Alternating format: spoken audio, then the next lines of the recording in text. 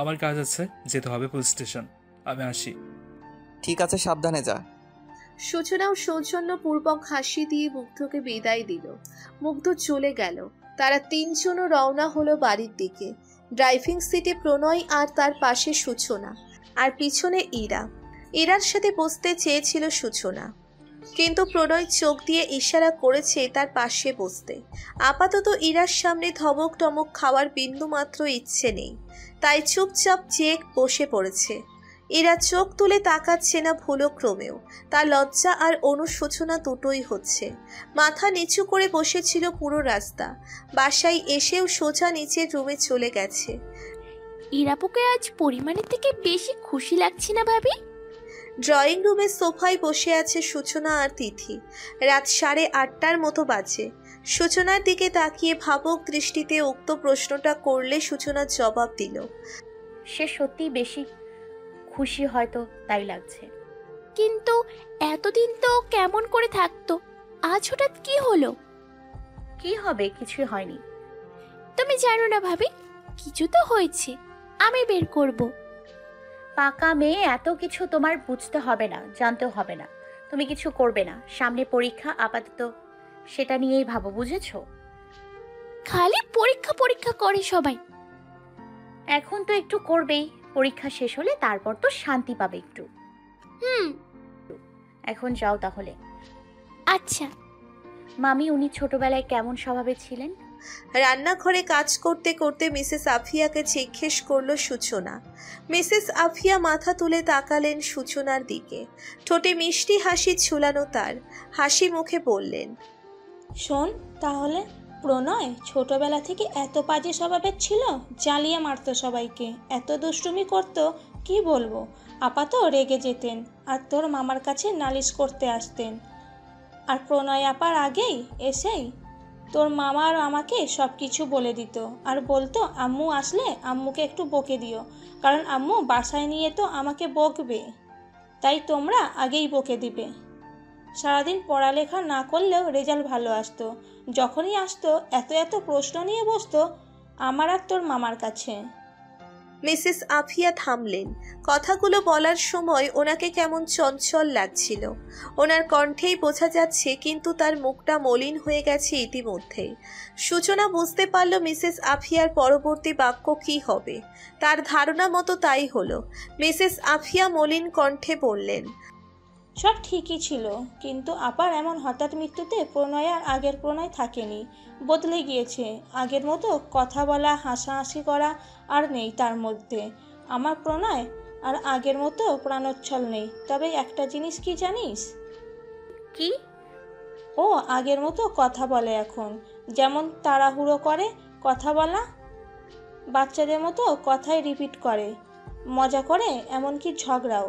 সেদিন বলছিল আমাকে, মামি, বাচ্চা এক মেয়েকে বিয়ে করে ঝামেলাতে পড়েছি, তার সাথে সারাক্ষণ আমার চেল্লাতে হয়, এটা করো না, ওটা করো না, খেয়ে নাও, খাবে না, তাকে জোর করো, রাত জেগে ফেসবুকে পড়বে, গল্প বই পড়বে, নিষেধ করলেও শুনবে না। আচ্ছা মুসিবত তো, তুমি বকে দেবে যেন রাত না জাগে, ঠিকঠাক মতো খাওয়া দাওয়া করে, আর আমাকে যেন না জ্বালায়। জানিস, ওর ওই রূপ দেখে মনে হচ্ছিল এটা আমার সেই ছোট্ট প্রণয় যে আমার কাছে নালিশ করত তার মায়ের নামে। পার্থক্য এটাই, তখন তার মায়ের নামে করেছে আর এখন স্ত্রীর নামে করেছে। এই ছেলেকে নিয়ে বড় চিন্তায় ছিলাম যে ওর জন্য কেমন মেয়েকে ওর বউ হিসেবে আনবো। ওর যা অবস্থা, একদম তার ছিঁড়া বলা যায়। ওকে সামলাবে, আগের মতো করতে পারবে এমন মেয়ে খোঁজা চারটেখানে কথা না। যেখানে খোঁজাই কঠিন সেখানে খুঁজে পাওয়াটাও মুশকিল বোধহয়। আর তার উপর বিয়ে করাতেই রাজি হচ্ছিল না। কিন্তু তোদের দুজনের ভাগ্য দুজনকে টেনে নিয়ে এসেছে দুজনের কাছাকাছি, জুড়ে দিয়েছে অদৃশ্য শক্তিশালী এক বন্ধনে। অদ্ভুত না? হ্যাঁ, অনেক অদ্ভুত।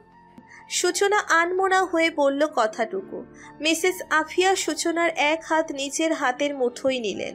অতি কোমল গলায় বললেন, শোন বাচ্চা, চাইলেই সব কিছুই সম্ভব। যেটা তোর সেটা হাজার বাধা পেরিয়ে হলেও তোরই হবে, কিন্তু যেটা তোর না দিনরাত এক করে চেষ্টা করলেও তুই নিজের করে পাবি না।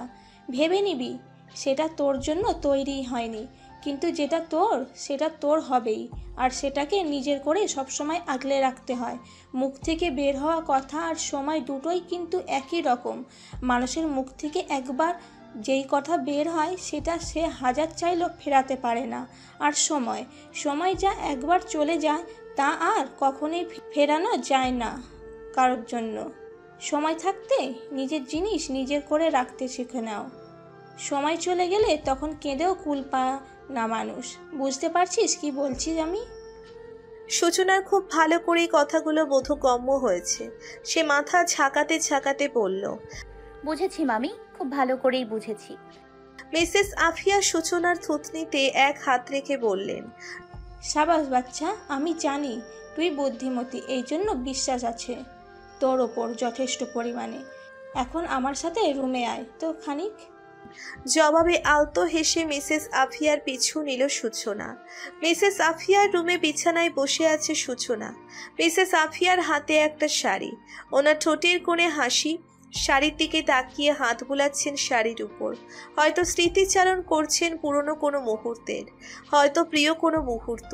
কে জানে, সূচনা বুঝতে পারছে না, কিন্তু নিশ্চয়ই স্পেশাল কিছু এই শাড়ির সাথে জড়িত। মিসেস আফিয়া নিজ হাতে শাড়িটাকে সূচনার কোলের উপর রাখলেন, তারপর বললেন, বিয়ের পর প্রথমবারের মতো সেদিন ওনার সাথে আমার সম্পূর্ণ ব্যক্তিগতভাবে দেখা হয়েছিল, কথা হয়েছিল। আমাকে ভালোবাসার কথা বলেছিলেন উনি। সেদিন এই শাড়িটাই পরেছিলাম, একদম অন্য রূপে আবিষ্কার করেছিলাম দুজনকে। আমাদের এত বছরের পথ চলার সবচেয়ে সুন্দর আর মনে রাখার দিনগুলোর মধ্যে একটা মুহূর্ত। এটা নেই তুই, আজকে এটা পরবি। এখন? হ্যাঁ। কিন্তু মামি। কোনো কিন্তু না, এদিকে আয়। সূচনার পরনে তাঁতের শাড়ি, রেশমি সুতোর মিশ্রণে হালকা নীল রঙের শাড়িটার পাড়ে কারুকাজ করা। পুরনো হওয়া সত্ত্বেও বেশ শৌখিন এবং আরামদায়ক লাগছে সূচনার কাছে। পুরনো সময়ের তাঁতের শাড়ি হওয়ায় এর বুনন ধরন, নকশা সবকিছুই আলাদা। নিজেকে নিজের কাছেই অন্যরকম ঠেকছে সূচনার। লজ্জায় আর ভয়ে গলা শুকিয়ে আসছে তার। সে জানে না কি হবে বা কি হতে চলেছে আজ। মিসেস আফিয়ার কথায় বাধ্য হয়ে শাড়িটা পরেছে, কিন্তু প্রণয়ের সামনে যেতেই লজ্জা করছে তার। প্রণয় যখন ভ্রুকুচকে জিজ্ঞেস করবে, এত সেজেছ কেন, তখন কি জবাব দিবে সে? সেই চিন্তায় অন্তরাত্মা পালাই পালাই করছে। কাজলের শেষ রেখা টেনে ঠোঁটে হালকা লিপস্টিক দিয়ে ড্রেসিং টেবিলের সামনে থেকে উঠে সরে দাঁড়ালো। মিসেস আফিয়ার নজরে পড়লে উনি পূর্বের ন্যায় হেসে বললেন, একদম মিষ্টি একটা পরীর মতো লাগছে, এখন তাড়াতাড়ি যা, আয়। কোনো রকমে মাথা নাড়িয়ে হ্যাঁ বলল সূচনা। দূরু দূরু বুকে পা টিপে টিপে ভেড়ানো দরজা খুলল সূচনা। রুমে প্রবেশ করলে শীতল বাতাস যেন শরীরকে জমিয়ে দিল একদম। এমনিতেই হাত পা শীতল হয়ে গিয়েছিল, আর এখন এই ঠান্ডা বাতাসে বরফ হয়ে যাওয়ার উপক্রম। রুম অন্ধকার করে রাখা, ব্যালকনির গ্লাস লাগানো, কিন্তু পর্দা সরানো থাকায় বাইরের আলো এসে পড়েছে রুমে। বাতাসের উৎস খুঁজতে বেগ পেতে হয়নি। মিনিটেই বোঝা হয়ে গেছে সূচনার যে এই ঠান্ডার মধ্যে প্রণয় আবারও ফ্যান ছেড়ে রেখেছে। এই কাজ তো আজকে প্রথম না, আগেও করেছে। বুকের ধুকপুকানির কথা এতক্ষণে ভুলে গেলেও আবার শুরু হলো সেই শব্দ, পূর্বের হতে দ্বিগুণ, না তার থেকেও বেশি। মনে হচ্ছে সে বাইরেও শুনতে পাচ্ছে। এমন অস্বাভাবিক হৃদস্পন্দনের কারণ তার ঠিক 5 কি 7 কদম সামনে দাঁড়িয়ে আছে প্রণয়। তার দৃষ্টি সূচনার ওপর। সূচনাও তা বুঝতে পারছে, তাই তো এই অবস্থা। নতমস্তকে স্টিলের ন্যায় দাঁড়িয়ে আছে সূচনা। অন্ধকারে বদ্ধ রুমে দুপ্রান্তে দুজন মানবী। ক্রমেই ভারী হচ্ছে তাদের হৃদকোমল। কি হবে সামনে? নতুন কিছুর শুরু? নতুন প্রণয়ের সূচনা, নাকি কিছুই না? এত সেজেছ কেন? সূচনার ভাষ্যমতে ভ্রুকুচকে প্রশ্নটা করল প্রণয়। সূচনা প্রগাঢ় দৃষ্টিতে তাকালো প্রণয়ের পানে। ট্রাউজার আর টি শার্ট পরনে প্রণয়ের। সে মাত্রই ফ্রেশ হয়ে এসেছে বোধহয়। গলায় তোয়ালে ঝোলানো যে। পুনরায় প্রণয়ের প্রশ্ন কানে আসতে চকিত তাকালো সূচনা। জড়ানো কণ্ঠে বলল, মামি জোর করে। ও। আর কিচ্ছু বলল না প্রণয়। দাঁড়িয়ে রইল চুপচাপ, দৃষ্টি তার সামনে এখন। সূচনার কপাল কুঁচকে এলো, মেজাজও খারাপ হলো অনেকটা। সে এত সুন্দর করে তৈরি হয়ে এসেছে আর প্রণয় বিনা বাক্য ব্যয়ে চলে যাচ্ছে। একটু প্রশংসা করলে কি হতো? প্রণয় ব্যালকনির দিকে পা বাড়াতেই কুচকানো কপাল নিয়ে সূচনা সেধেই জিজ্ঞেস করলো, আমাকে কেমন লাগছে? প্রণয়ের পা থামলো, দৃষ্টি শান্ত হলো তার, কিন্তু বুকের ভেতর ঝড় বয়ে যাচ্ছে প্রবল বেগে। সে পালাতে চাচ্ছে। এই মুহূর্তে দুজন একসাথে থাকলে ভুল একটা হয়ে যাবে, সে ব্যাপারে কোনো সন্দেহ নেই প্রণয়ের। বলছেন না কেন? নিজেকে ধাতস্থ করলো প্রণয়, সূচনার দিকে ঘুরে তাকালো, গাঢ় কণ্ঠে শুধালো, নীল রঙা শাড়ি পরনে, খোলা চুলের, চোখে কাজল পরা এক রমণীর স্পষ্ট প্রতিবিম্ব আমার মনের ক্যানভাসে এঁকে নিয়েছি, একদম আপাদমস্তক। সূচনা শান্ত চোখে তাকিয়ে রইল প্রণয়ের দিকে। সুন্দর না বলেও কত সুন্দর তার প্রশংসা করে দিল প্রণয়। তুমি কাজল পরো না কেন? ভ্রু নাড়িয়ে সূচনাকে জিজ্ঞেস করলো প্রণয়। পড়েছি তো। দেখছি না তো এত হালকা করে কাজল পরো কেন? সূচনা আমতা আমতা করে বলল, আসলে গাঢ় করে কাজল দিলে আমাকে মঞ্জুলিকার মতো দেখায়, এজন্য হালকা করে দিই। সূচনার এমন বাচ্চামো কথায় প্রণয় শব্দ করে হেসে দিল। তা দেখে সূচনা মুখ বাঁকিয়ে জিজ্ঞেস করলো, হাসছেন কেন? এটা সত্যি কথা। গাঢ় করে দিতে গেলে আমি আগেই কাজল ছাড়িয়ে ছিটিয়ে ফেলি, তারপর কিছুক্ষণ পেরোলে তো একদম লেপ্টে যে মঞ্জুলিকার মতোই দেখায়। এখন থেকে মোটা করে দিবে। আমি পারি না, ভয় করে। শোনো, হুমায়ুন আহমেদ স্যারের একটা ছোট্ট উক্তি আছে, কাজল ছাড়া মেয়ে দুধ ছাড়া চায়ের মতো, বুঝেছো? এখন থেকে আমি দিয়ে দিব। বিনা বাক্য ব্যয় শুধু মাথা নাড়িয়ে সাই দিল সূচনা। হালকা হেসে ব্যালকনিতে চলে গেল প্রণয়। সূচনা বুঝে উঠতে পারল না তার কি করা উচিত। ঠাই দাঁড়িয়ে রইল দেওয়ালের দিকে তাকিয়ে। টিকটিক শব্দ হচ্ছে ঘড়িতে, সময় পেরুচ্ছে। দাঁড়িয়ে থেকে অতিক্রম হলো মিনিট 10। অতপর কোনো রকম ভাবনা বা পরিকল্পনা ছাড়াই রুমের ফ্যান অফ করে সেও পা বাড়ালো। উদ্দেশ্য ব্যালকনি। দুহাত গ্রিলে রেখে বড় বড় শ্বাস টানছে প্রণয়। অস্থির লাগছে, প্রচণ্ড রকমের বড় অদ্ভুত অনুভূতি। লাগারই কথা, শত হলেও সে পুরুষ, আর নিজের বিয়ে করা স্ত্রীকে এমন মোহময়ী আকর্ষণীয় রূপে দেখলে তার সান্নিধ্য পেতে না চাইবে কোন স্বামী? তাদের তো আর হারাম সম্পর্ক না। কিন্তু সমস্যা একটাই, সে জানে না সূচনা কি চায়, তার মনে কি। তার কোনো ব্যবহারে যদি সূচনা তাকে ভুল বোঝে, হিতে বিপরীত হবে তখন। বেলকনিতে কেন আসলেন? আচমকা প্রশ্ন। ঘাবড়ায়নি প্রণয়। তার পাশেই দাঁড়িয়ে আছে সূচনা, প্রশ্নসূচক দৃষ্টিতে। নিজেকে স্বাভাবিক করে স্বাভাবিক গলায় উত্তর দিল, এমনি চলে যাব এখন। প্রণয় চলে যাওয়ার জন্য পা বাড়ালে সূচনা তেতে উঠল। চওড়া গলায় জিজ্ঞেস করলো, ইগনোর কেন করছেন? প্রণয় থামল। সে তো দূরে থাকতে চাইছে তারই ভালোর জন্য, আর মেয়ে বলছে তাকে ইগনোর কেন করছে? একেই বলে কপাল। প্রণয় কপাল কুঁচকে পাল্টা প্রশ্ন করলো, কয়টা বাজে এখন?